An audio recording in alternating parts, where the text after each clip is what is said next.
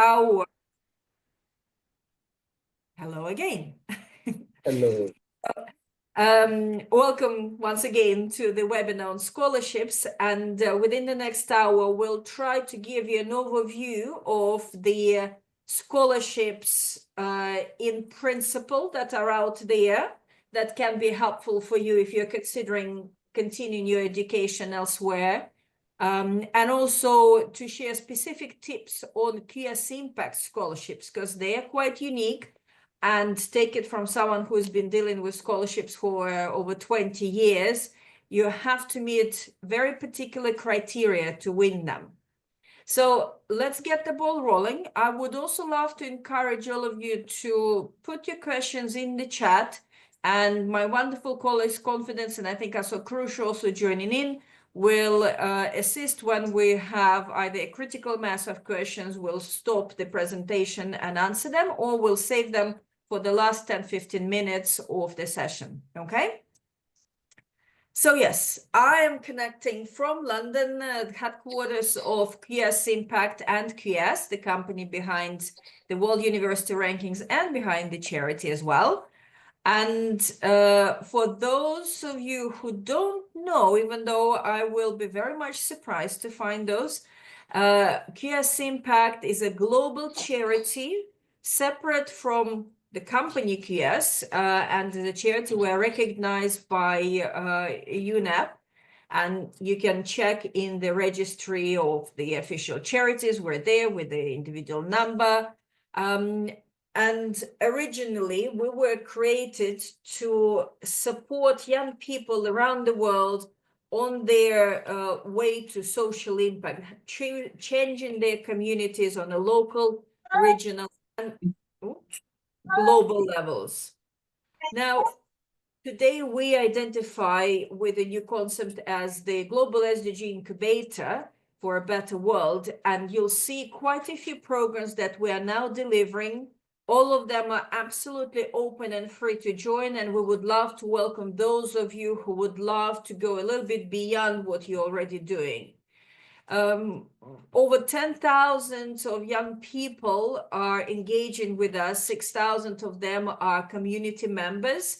And if you'd love to learn more about what does it mean to be a part of the QS ImpACT community, ask Confidence. He is the man. Confidence heads our community engagement, and I won't be surprised if he knew by first name everyone out of the 6,000 people.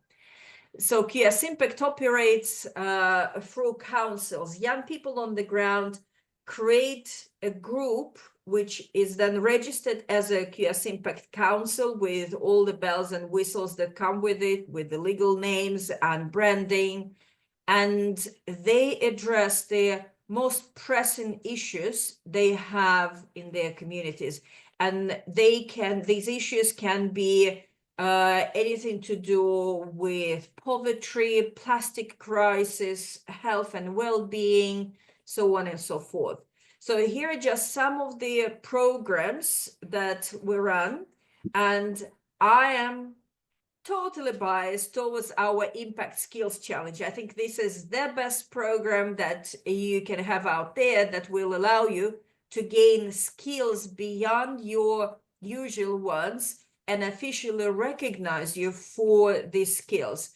So it's this year we're doing the Games for Good challenge, same as last year, same topic as last year. You don't have to be a developer to join. It's a no-code game development where you have sessions with global universities first, with experts from Unity, from Zoom, Minecraft, so on and so forth, and also sessions with business professionals like JP Morgan, where they consult you how to create a game that is ready to go to the market. So go and explore the skills challenge. We'll share these materials later on, and we'll also add the links to each of these dimensions that you see on the screen today.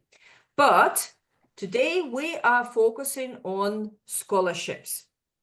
And obviously, for young people worldwide, it is important to be able to support their desire for bigger impact through education. Now, education comes at a cost, especially if you want to study in one of the world's best universities at a program which is recognized globally. And though talent is spread evenly around the globe, opportunities, unfortunately, are not. So what we've done in the past, QS has set up scholarships back in 2003. And when you look at the world of scholarships, even before you start your journey, what is it that you see? You have generic scholarships that support studying abroad, right? They can be coming from Fulbright, from Chevening, from Confucius University, just a general scholarship. You also have national scholarships. In some countries, governments support their young people who qualify to study abroad. Like you have the scholarship Bolashak in Kazakhstan, you have scholarship in Singapore, some set of scholarships in Canada, so on and so forth. Destination-specific scholarships are being granted by organizations from the countries you're going to. So, for example, the Chevening scholarship I've mentioned is specifically for international students who want to study in the UK. And same for many other ones. Subject-specific scholarships are a little bit tricky. They are less known, but they are also out there, in particular, say, STEM scholarships for girls. Or you can go even more specific, STEM scholarships for girls from Africa. So these are the scholarships that help you fine-tune the choice. They might be less competitive than the previous two categories. They are also usually slightly smaller in amounts. And then student-specific scholarships we are granted based on the profile. They can be based on minority, on your national background, on a particular talent that you have, on a particular complex of factors, say, coming from the need-based background. So these are also individual ones. These are the most challenging one, probably, to obtain. We also have, sorry, Clementina, can you please mute yourself? Thank you. We also have a selection of corporate scholarships, which are very rarely publicized on the usual platforms, and you only get to know about them if you subscribe to specific parts of employer newsletters. Say, for example, there are scholarships coming from banks, from consulting, from construction, can be very specific, from mining engineering companies.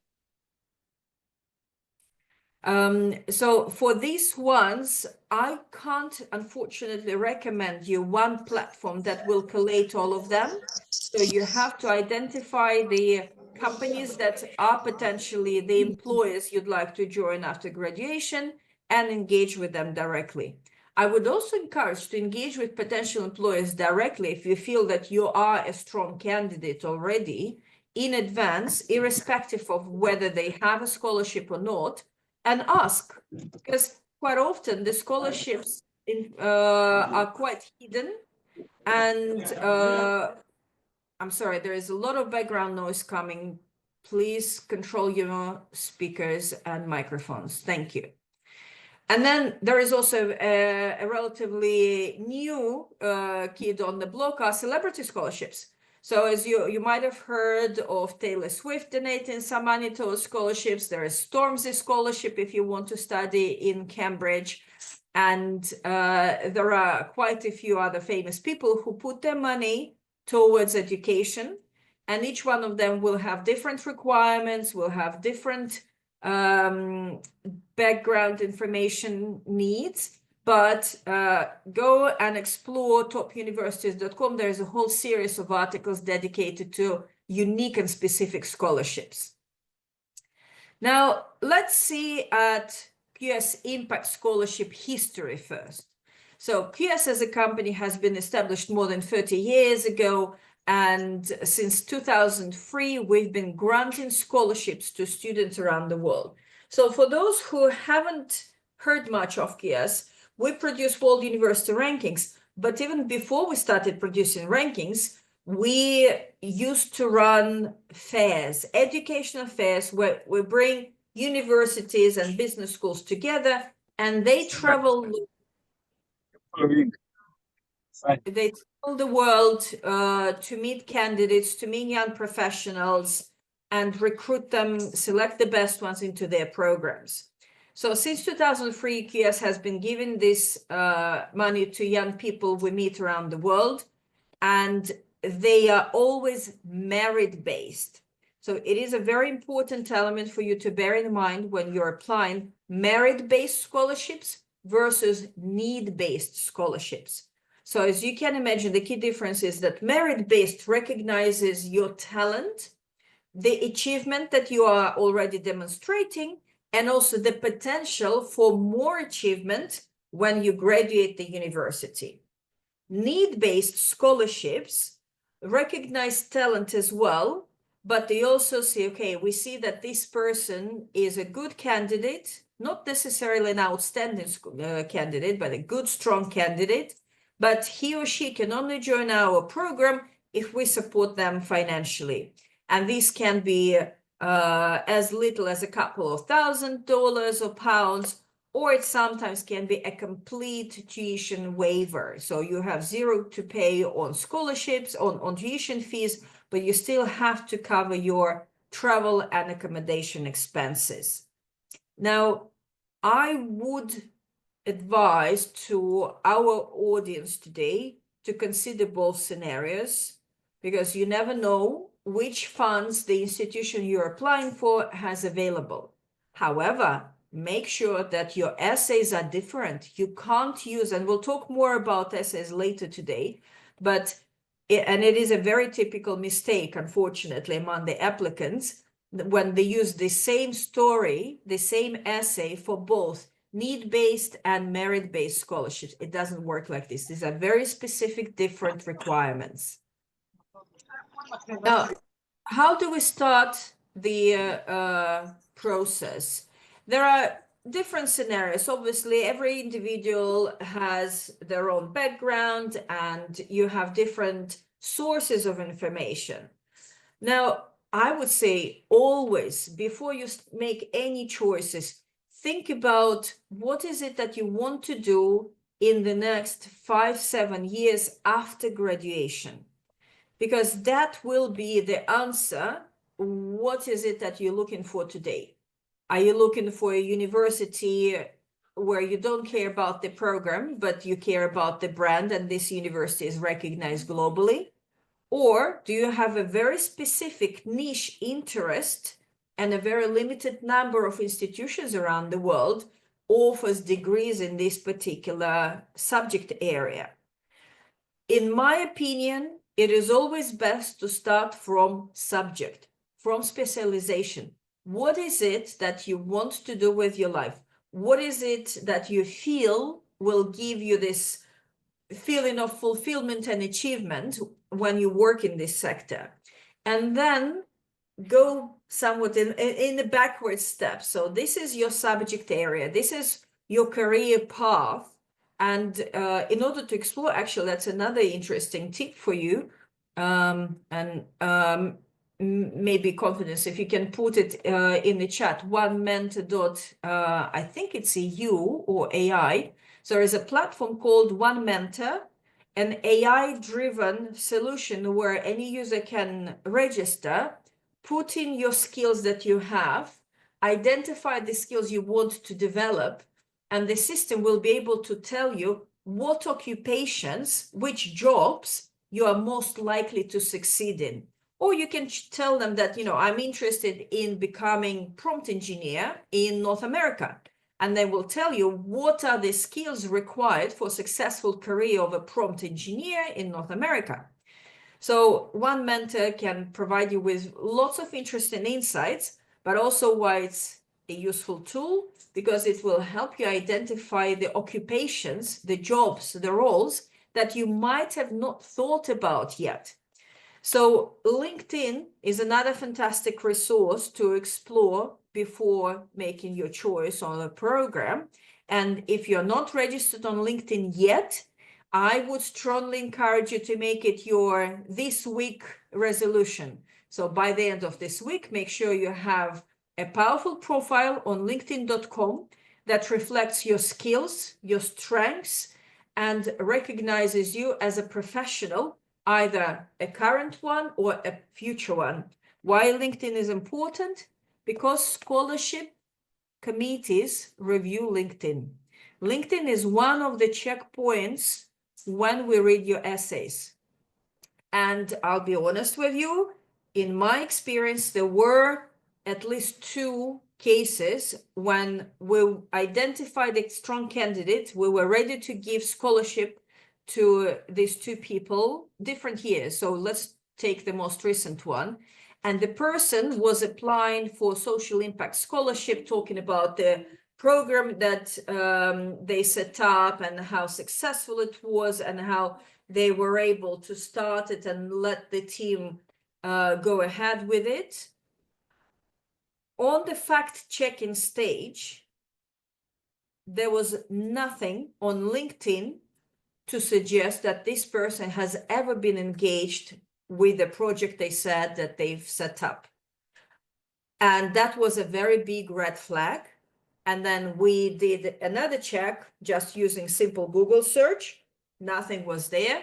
We reached out to the shortlisted candidate asking for evidence. They were not able to present it, and the person didn't get the scholarship, even though he was that close to the letter, congratulations, you won the scholarship. So LinkedIn is the evidence base, and you have to make sure that whatever you put out there is accurate, is true, and is verifiable. So if you put a language you don't speak, you are running a risk of embarrassing yourself when a selection committee member who speaks this language starts talking to you in this language and you have no idea how to respond. So please be honest, be genuine, and professional. So back to the, sorry, there will be quite a few diversions, as I believe tips like this help you not cut the corners, but minimize the errors that you might otherwise make on your journey. So let's imagine you are very lucky, you know what you want to do, you have identified your subject area, you have identified the name of the programs that you'd be interested in, and you have shortlisted the institutions that run these programs. Now, sometimes we have a case, I have applied for this university, I really have to get in there because otherwise it will be a year of my life wasted. Never apply for just one program. Always have a list of 3, 5, it can be even 10 programs that you will be happy about.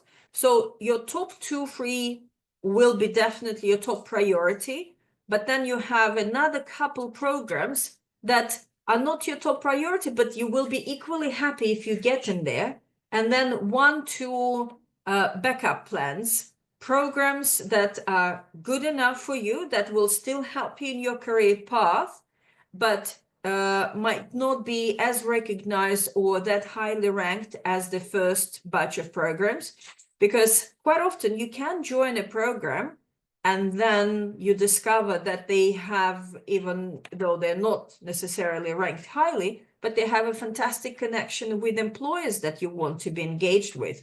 Or they have an exchange program that will allow you to gain international experience while studying on this program. So always have a list of top priority, second priority, and the backup programs. And then you start your research. You search for the scholarships that these institutions are granting. And remember in the previous slide, please have a look at different dimensions. Then you start looking for programs from the countries where each institutions are located. And then you do your research wider, wider, wider.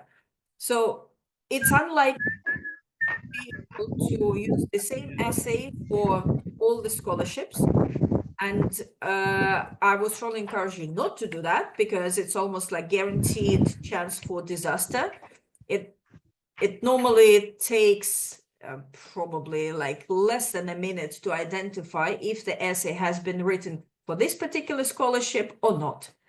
So you have to have plenty of time allowed for all this preparation work. So here you have scholarships that QS ImpACT is granting every year.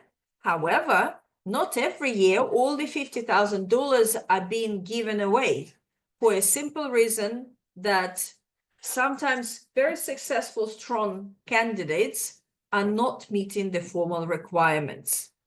So a typical question at this stage will be, oh, can I apply for more than one scholarship? And the answer is yes, you can. Now, it doesn't mean you will be winning both of them. In fact, in QS history and QS ImpACT history, I think there was only once in since 2003 when we had a candidate shortlisted for both scholarships, and they were both their biggest scholarship, MBA Academic Excellence and MBA Leadership Scholarship. And when the committees, because for each scholarship is a separate group of assessors, each essay is being read at least 3 times by 3 different people. And when the final meeting took place to assess the final winners, it's been decided that this applicant, even though strongly selected by both teams, will only get 1 scholarship. So you can apply for as many as you wish. You have to remember, as I said, that each one of them has a very specific essay question for you to answer. And you have to give yourself enough time to do your research, to hear from QS ImpACT, what is it that we want you to do in order to be considered for any of the scholarships. Now, what is it that you need to do? First and foremost, you have to have a QS ImpACT report published on qsimpact.org. So what is QS ImpACT? And Confidence, if you can please help me and put in the chat the link to the QS ImpACT reports. It's a story. It's a story about what you have done in the past 6-12 months that makes your community life better. And it can be as little as just going for a cleanup with my mates and spending 4 hours cleaning the path or the beach or something like this. Or it can be engaging in a policy making within your university or company, establishing new rules and requirements that contribute to at least one of the Sustainable Development Goals. It can be something you have done individually. It can be something you have done with your friends. It can be something big, like a conference that you have been a part of or committee delivering within your university. Submitting an impact report is not enough. It has to be verified and it has to be published. So normally it would take at least a month, well, give or take, from the moment you submit your impact report and it goes live. It can be as quick as 48 hours, but not necessarily. So in order to guarantee your visibility, I will strongly encourage you straight away today, think and put on a paper the list of impactful projects you've been a part of in the past 6-12 months, ideally where you played an important role, not just a follower, but a leader, something that can be verified, once again, evidence, and we are taking it very seriously. We're asking for photos, we're asking for links to social media that cover this initiative that you've been a part of, and this all is a part of your impact report.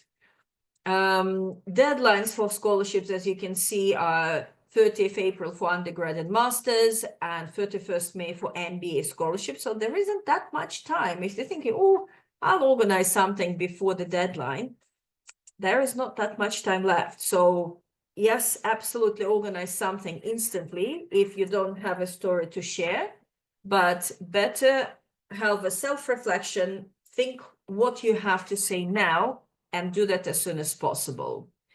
Now, another element, which is quite important, is attendance of the QS fairs. And if we can, please have in the chat link to topuniversities.com/events. These are the events that QS runs worldwide, all the year round.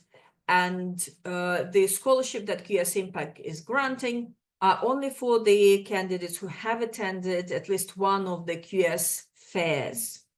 Now, we would normally organize one virtual fair, usually mid-March, late March, and this is the fair for the candidates from the destinations where QS fairs don't take place. I mention it now because you might discover that the QS fair has already happened in your country just like a week ago or a month ago, and you've missed it. So this webinar later in spring will be your opportunity to attend the session, and you will qualify as a QS fair attendee. However, if we see that the date when you submit your application for scholarship is still within when the fairs were taking place and you just made a choice not to attend the fair, as you can imagine, this won't be perceived very positively. Okay, now to highlight what is it that you can use QS ImpACT scholarships for any program that you start, a degree program. So we don't care whether it's undergraduate, master's, MBA, PhD. Some of our scholarships don't have an assignment to a degree, most do, but you have to start it in the 2025 to 2026 academic year. So either this coming fall or January, February next year. If you are already enrolled, you can't unfortunately apply for a QS scholarship, QS ImpACT scholarship. So we've mentioned earlier that there are scholarships attached to the universities and business schools. There are scholarships attached to different organizations. The QS ImpACT scholarship is unbiased towards your destination. We don't care where you plan to study at, and we also don't really care where you're coming from, because when we're looking at your story, we're not asking for any personal information. We're only assessing your story, the facts and successes that you put in there. So I would also suggest that because essays have a limited number of words that you can use, don't waste them on telling us, oh, I will be joining Cambridge and this is the program that I'm joining and this is the world best program and it will create these and that opportunities. We do believe, we do trust your judgment. We believe that if you have chosen a program, it is important for you, it is impactful for you, and it doesn't matter what this program is for us. It's more important what you personally have already demonstrated talent for social impact and how this program will amplify your talent for social impact afterwards. So this is quite important to remember when you're writing an essay. Also, there will be no financial transaction between QS ImpACT and the scholarship winner. You have to be accepted to the university or a business school. You have to have your student bank account.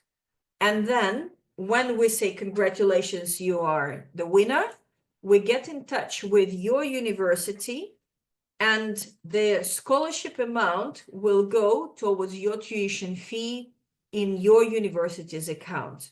I hope that's more or less clear, right?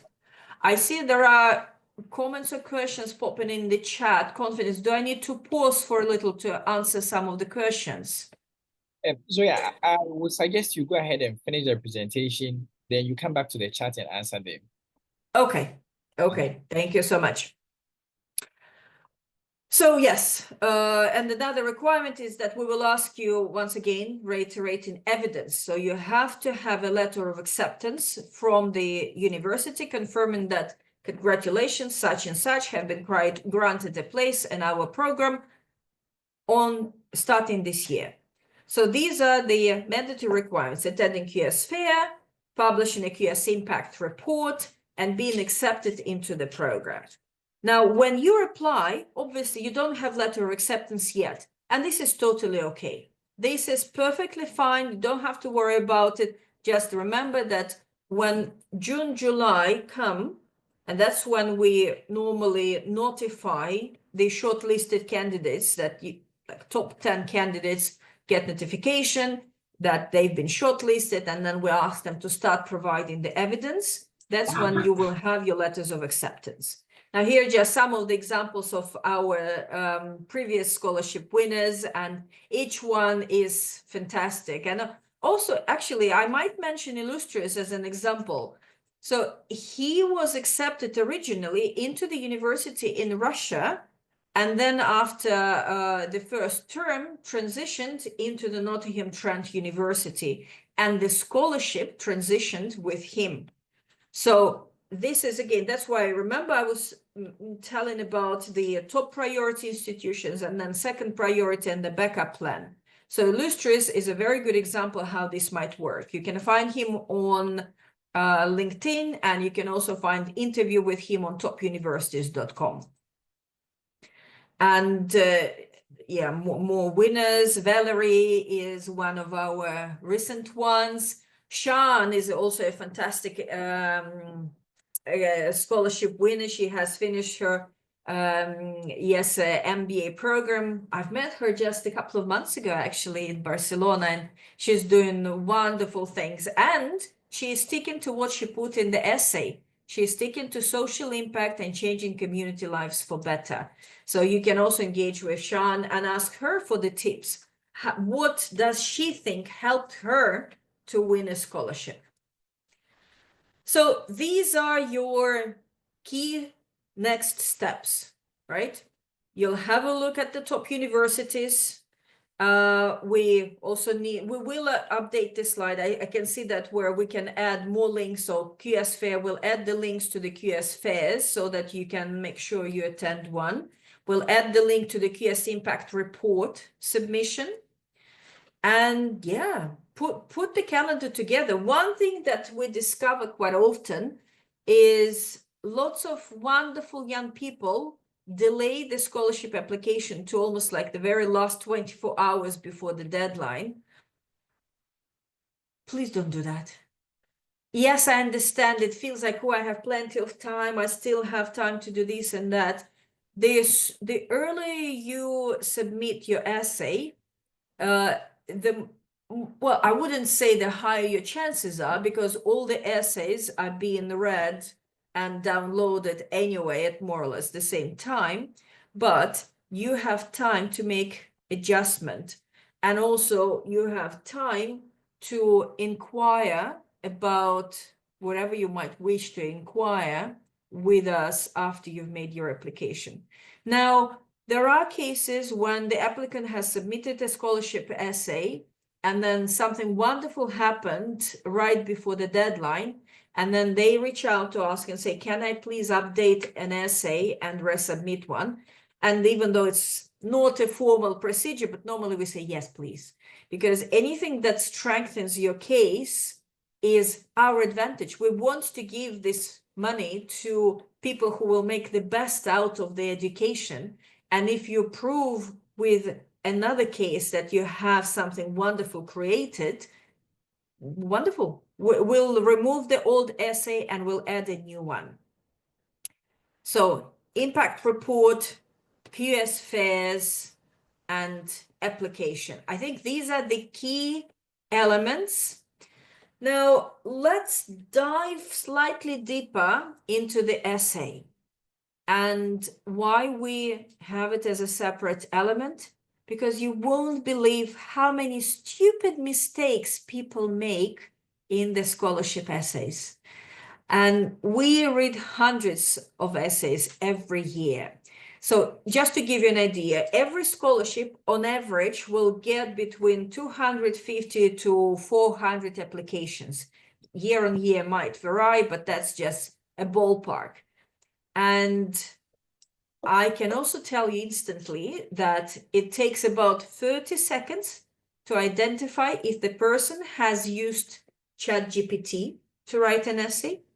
If the person has created a unique, genuine essay answering the question that we ask, or if the person is using an essay from another scholarship application or an admissions essay, literally as little as 30 seconds. And I'm not even talking yet about the plagiarism checks and factual checks.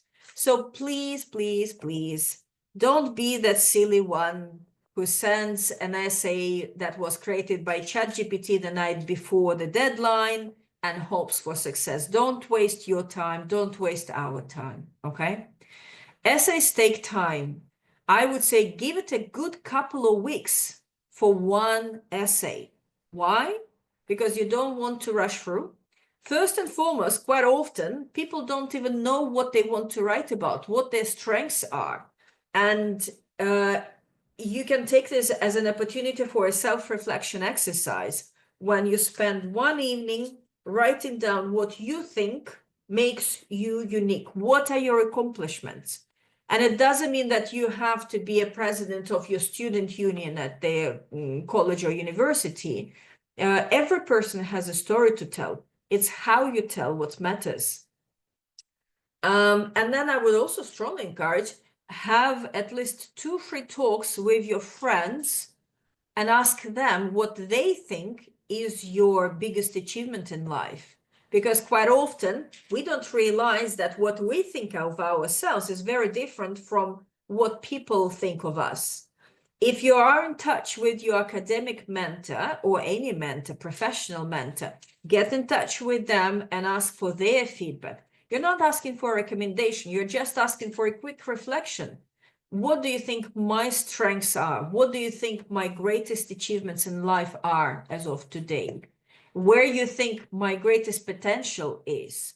Because trust me, if you give enough time and you ask the right people, their answers will help you write the best essay ever. Now, let's imagine you are a responsible one, you had the self-reflection exercise, you've spoken to other people. Don't talk to your mom. You're an angel in mom's eyes. Mom will give you an objective opinion, and don't use also your parents or family members as references when applying for the universities. It's just an offside, but sometimes, yes, sometimes we still have these cases. So relatives, unless you are in a family business, but even then, you ask for recommendation or feedback, someone who is your direct manager. If it's a family member, they have to justify, they have to tell how hard and how long and how much you are really working in a family business. Prepare an essay and then remove the heading of the essay and ask somebody else to read it, and then ask them what they think the question was. What was the topic of the essay?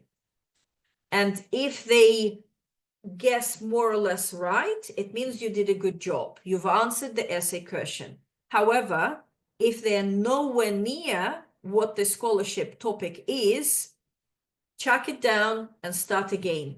The essay has to answer a very specific question, and you can't afford for it to be a generic one.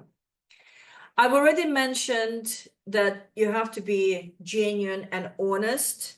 So spotlighting your achievements and your skills, but don't exaggerate it to a ridiculous scale. We do fact checking. Internet is a powerful thing. Everything is out there. If we don't see any evidence, it's a yellow flag, or it can be even as bad as a red flag. And I hope, yes, I don't have to dwell much on copy paste, because obviously with AI development to check if a sentence is coming from somewhere else in the internet is a matter of 30 seconds. Now, we do ask you to check your grammar. At the same time, we do understand that for many applicants, English is not a native language. And sometimes the structure of the sentence will be different than the same sentence coming from a native speaker. Do not use AI to rewrite your genuine essay in British English style.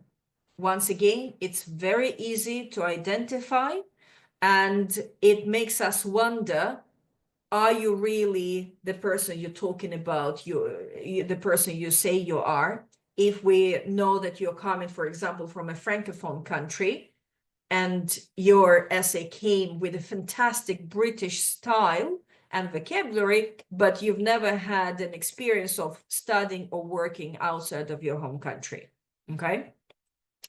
And also meat on the bones, facts and figures. If we have a wonderful story, but zero numbers mentioned, it's not going to cut it. Evidence, facts, figures do count. Links also help, but make sure that you stick to the topic, word limit, and structure. So don't dump everything else. Quite a popular question is, I don't know if we have it already in the chat or not, if I have 3 projects I'm very proud of, do I write about all 3 of them in one essay or just one?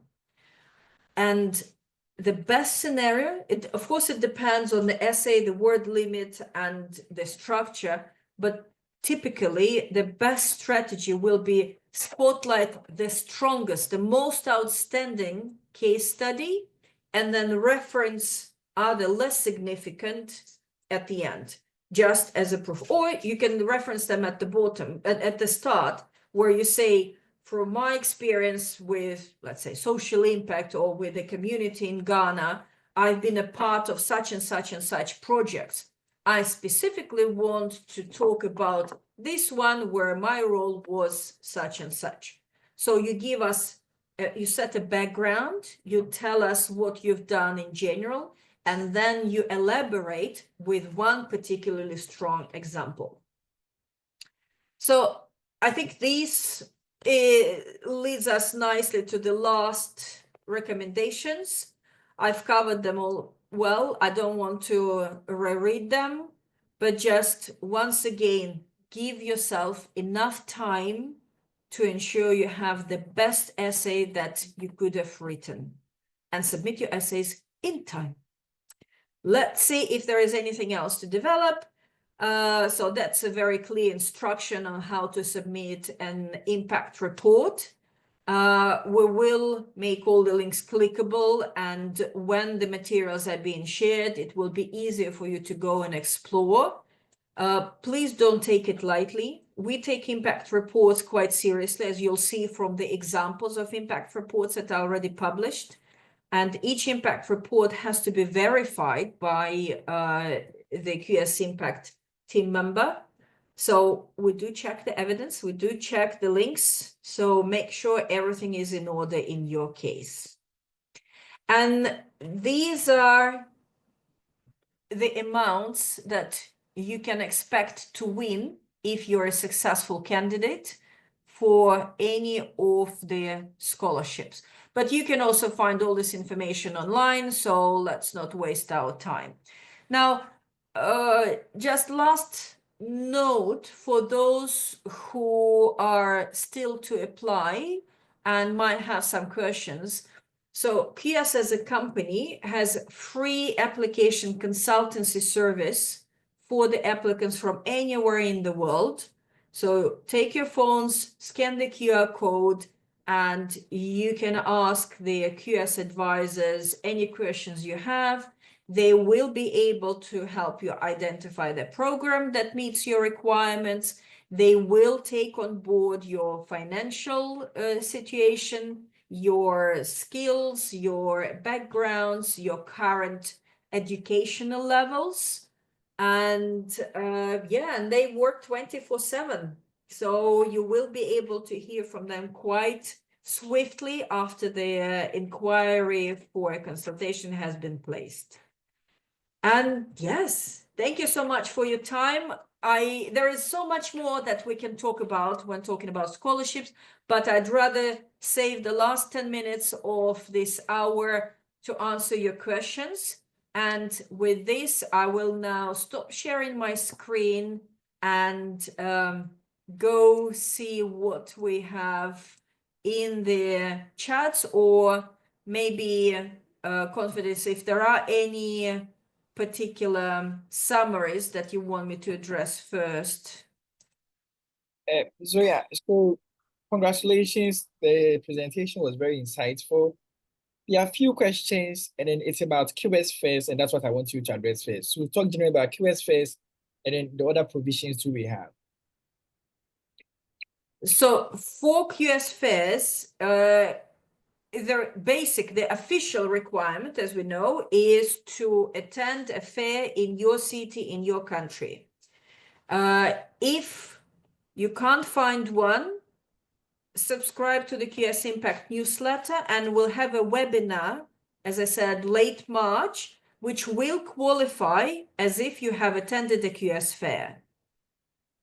Great, thank you for that. Now, But actually, hold on, Confidence. One more important thing, because I remember we had problems with this last year. When you register for the QS fair and then you apply for a scholarship, make sure you use the same email.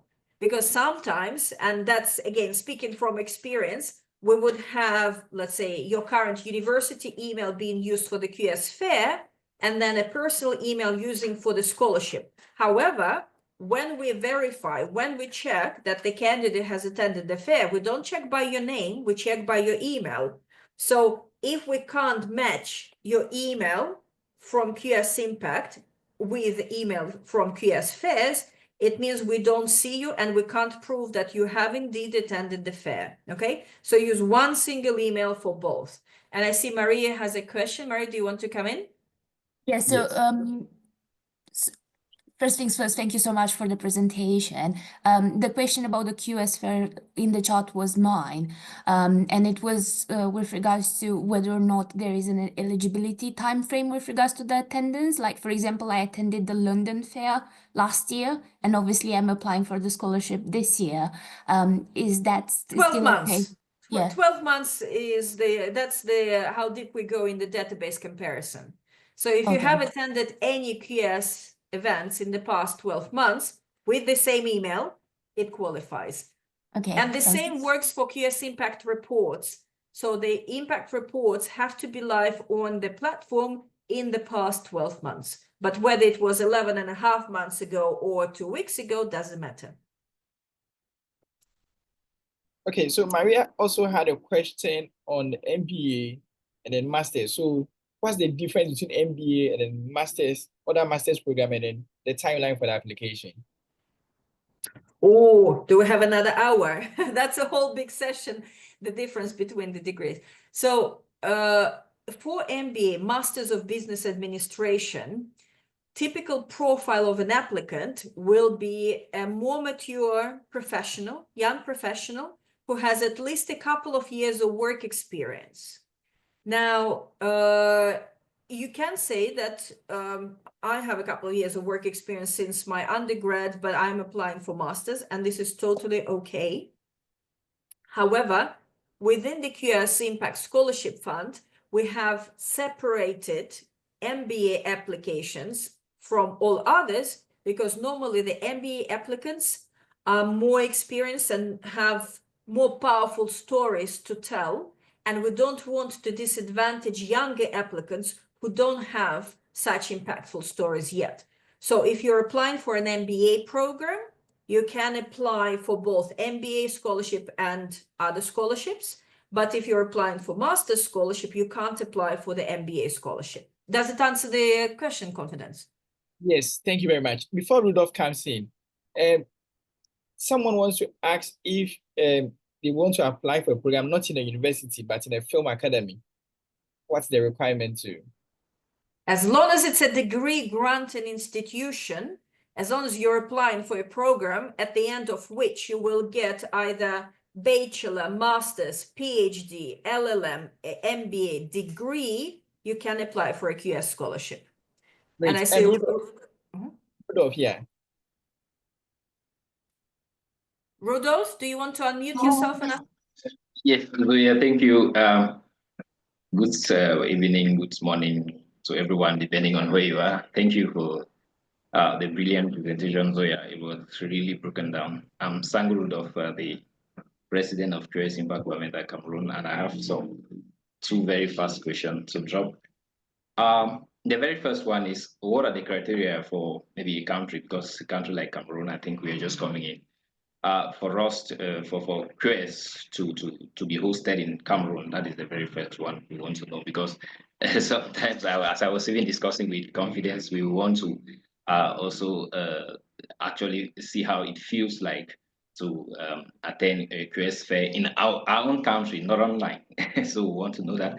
And secondly, I want to find out, is it possible for us to, or rather for QS ImpACT to bring this scholarship as far down as awarding the scholarships to African in their own universities? What am I saying? Most students, or most African students, are actually from, let me say, a very poor background in quote, and they will not even have what it takes to take care of themselves in the UK, even if their tuition fee is paid completely. For example, if we say that, all right, this 10,000 US dollars that is being awarded for tuition fee, if you bring it down to Africa, to most African countries, if I should use Cameroon as an example, I tell you, Zoya, if you can give $1,000 to a student at the university, it means you have sponsored the students entirely for the school fees, the rents, and even the food. So is it possible that QS ImpACT could actually look into this, so that it should not be like maybe the scholarship is only for those that are already, let me say, the rich? Because if your family is not well to do, you'll not even be thinking of studying in the UK. Let me not really explain. Thank you so much, Zoya.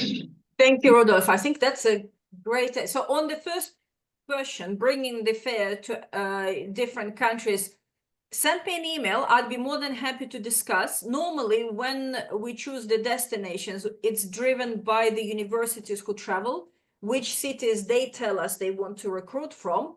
But also, if we have a strong case and we have an explanation why this particular destination is an interesting city to host a fair, universities will follow, even if it's just a handful of them. So let's get in touch and let's talk about confidence. If you can, please coordinate. But on your second point, our scholarships are not for just British or American universities. As I said, we don't care and we don't ask which university you plan to study at. But what I think you said is that, for example, if you have applied to study at the University of Ghana and you have won $10,000, only a fraction of this will cover your tuition fees, right? And the rest can be used for something else. We don't have at the moment a process of rearranging the funds allocation, but I think it can be a very interesting case if we take, for example, UN's list of least developed countries, and we say that if the candidate is indeed accepted into the university within these countries, the scholarship can be used not just for tuition, but for living expenses and travel expenses as well. I can work on this. Let's connect, let's outline, and I think confidence, that's probably within the QS ImpACT Authority to review, put forward, and decide that if the candidate is accepted into a university where the tuition fee is less than the scholarship amount, what's the process for the cases like this? In the past, we had actually cases when the candidate was accepted into the program where the tuition fee was less than the scholarship amount. But when we reached out, that candidate kindly said, let's transfer the difference, the amount of money left, to the next shortlisted candidate towards their tuition fee. And that was a very noble, I think, act from this scholarship winner. But yeah, let's set this up as an action point to identify the action. Maria, I see your hand up, but let's see if there are any other questions in the chat that might be appealing to the majority, and then if not, then we'll let Mary go. Confidence, Yeah. anything? Yeah, so 1 minute on, tell us when people can apply for scholarship, and then at what point should they apply? Do they have to be in the university first or before they enter the university? I see a lot of people asking that. Yeah. Applying for a university? Oh, no, these are two separate processes. When you apply to enter the university to join a program, you follow the admission cycle of the university you want to join, and they are all very different.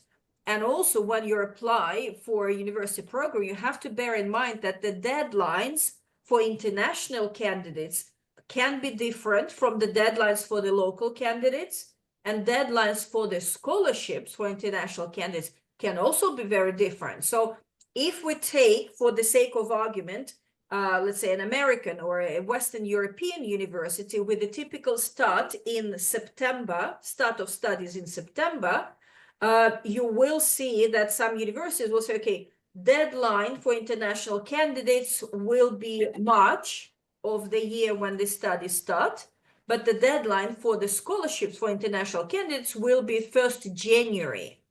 So we strongly encourage you, when you apply for a university, apply as early as possible, because otherwise you might miss your opportunity. Deadlines for the scholarships are different from the university deadlines. Okay, so Okay. Maria will come in and we take Pusha, and then we can close. Maria, please go ahead. Yes, so sorry to ask again, but my question with regards to the MBA versus masters was with regards to whether or not if you are applying for an MBA program, you're still eligible for the master's scholarships, because obviously technically an MBA is a master's, or just apply for the MBA specific scholarships and do not consider the master's one. That was the point of the question, not what's the difference between the degrees. Okay, so I wouldn't recommend doing that, because I think it's not fair for the master candidates, because you're taking their opportunity. But you can absolutely apply for the leadership scholarship, for the women's scholarship, because they don't have any attachment to the degree. Okay, Krusha? Hi, Zoya, thank you. So I've been seeing 3 different questions that are really important here in the chat. So I'll just put them to you one by one, and then you can answer. The first question that I saw was that 2 people asked that they have attended a QS event, but they haven't received an email confirming that they attended the event. So what should they do to prove it? They should have a registration confirmation. So they won't have a confirmation of attendance, but they should have an email confirming their registration for the fair. It means that their email is in QS system, and this is enough, because then it's the QS responsibility to see who has attended or not. Because when you come to the fair, you're being scanned and the system automatically updates your status. Okay, so as long as they have a confirmation, we will check on the back end if they have attended. Exactly. And it's good to go. Perfect. The second question that I see, which is really good here, is that if someone's been accepted to an online program, can they still apply for these scholarships? Oh, that's a good one. And technically speaking, I would say yes. We've never specifically outlined that online programs are not eligible.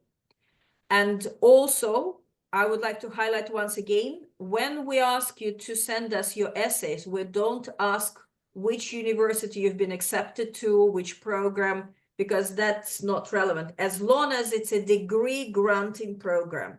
So if it's just a course where you get like a certificate or a badge at the end, that won't cut it. But if it's an online degree, I don't see why not. Thank you so much, Zoya. And my final question, which I saw was really important here, just to re-mention, is can this information session substitute as attending the fair? I know that this No, I'm afraid not. Right. No. So the next one. So can we tell them a little bit about the next session that's going to be happening, which they can attend if they don't have a QS fair in their region? So the date is still to be confirmed because we will bring some of the admissions consultants with us. And the only thing that I would tell now is to subscribe to the QS ImpACT news and updates, and then watch the space. And as soon as the date for the information session is confirmed for the end of March, they will be able to register and attend. Great. Can I Okay. just answer? There is a very good question. If I receive a full tuition scholarship but can't afford living expenses, would I be able to still receive QS scholarship?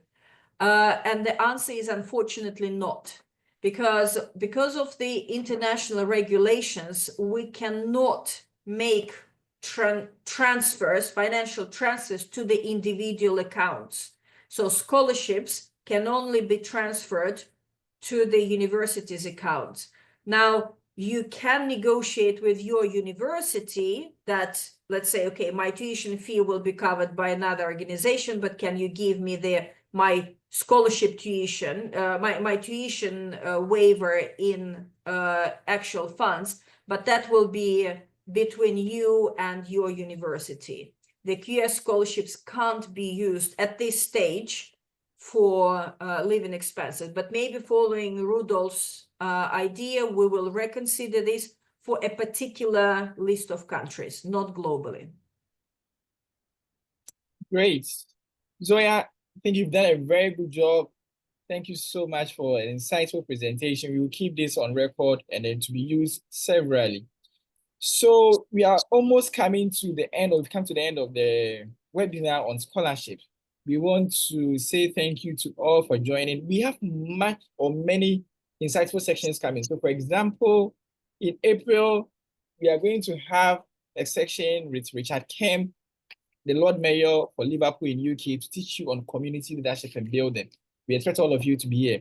And then, Krisha, thank you for putting all the links there on resources to QS ImpACT. Please, if you've not been part of the QS ImpACT community, sign up to be part. Skills Challenge is coming off, and it's an exciting program. You have to all register, whether you're in university or between the ages of 18 to 35.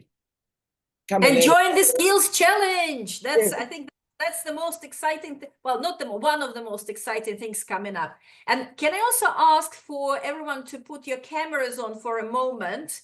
I'd love to have a screen grab, because it's always very exciting to see people who have attended the session, and then in a year to see, oh, I'm graduating from such and such university, and we know you, and we feel like, yes, we have inspired something good happening. Thank you so much. I see lots of faces coming up. I see some familiar also names and faces from the councils and also from the universities on the Future 17 program. Good. Etibar, it's still black screen on your end. Bunila, Joshua. Okay, and Kursha, if you could also take one, that would be great.